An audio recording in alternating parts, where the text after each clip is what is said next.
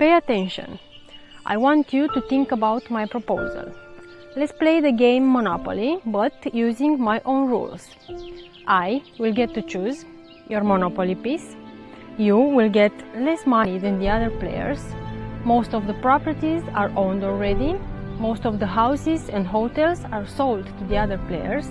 Most of the business relationships between the other players are already in place.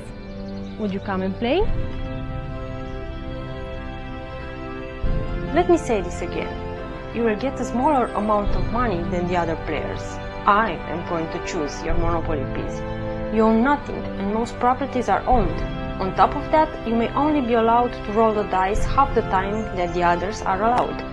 Does this seem unfair to you? Well, that's the real life, the money game. The game that we all play on a daily basis. Most of the land, houses, buildings, most of the food, production and distribution, most of the stuff and services in existence, and even vast parts of nature with its creatures are owned when you start the game. The game is unfair even before you start it. So why do you accept this game? It is true, you have little or no choice because if you refuse to play it, you will face severe consequences. But have you ever questioned the game itself? And if so, did you take the time to search for solutions? I know, it is very difficult to do all that when you are trapped in the game, but then if you and the others like you, meaning the vast majority of people, do not get angry about the game and question it, what chance do you have to ever change anything? If a Monopoly game will end in a few hours' time, where all of the houses and hotels, all of the properties and false characters created around the game will go back into the box or disappear as mere illusions in our heads, in the real life, things will go back into the box only after you leave this game for good, after you die. How unfortunate is that? If we were to realize that all of the ownership of houses and hotels, the properties and roles that we play every day, lawyers, teachers, salesmen, Americans, Romanians and so on, are as real as the Monopoly game is, maybe we could seek to change the game to benefit all of us, not only a few.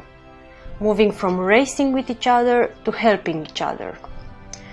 I know, this seems like an impossible dream, but that's only because people take this game too seriously. If they were to understand that it is just a game, we could hope that such a big change may happen. Stay awake and keep on wondering.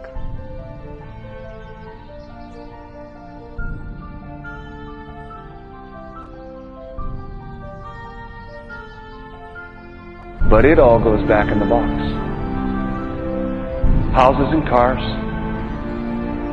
titles and clothes, filled barns, bulging portfolios, even your body. Because the fact is that everything I clutch and consume and hoard is going to go back in the box, and I'm going to lose it all. That's not much of an ROI on that. You have to ask yourself, when you finally get the ultimate promotion, when you've made the ultimate purchase, when you buy the ultimate home, when you have stored up financial security and climbed the ladder of success to the highest rung you can possibly climb it, and the thrill wears off, and it will wear off, then what? How far do you have to walk down that road before you see where it leads? Surely you understand, it'll never be enough. So you have to ask yourself the question, what matters?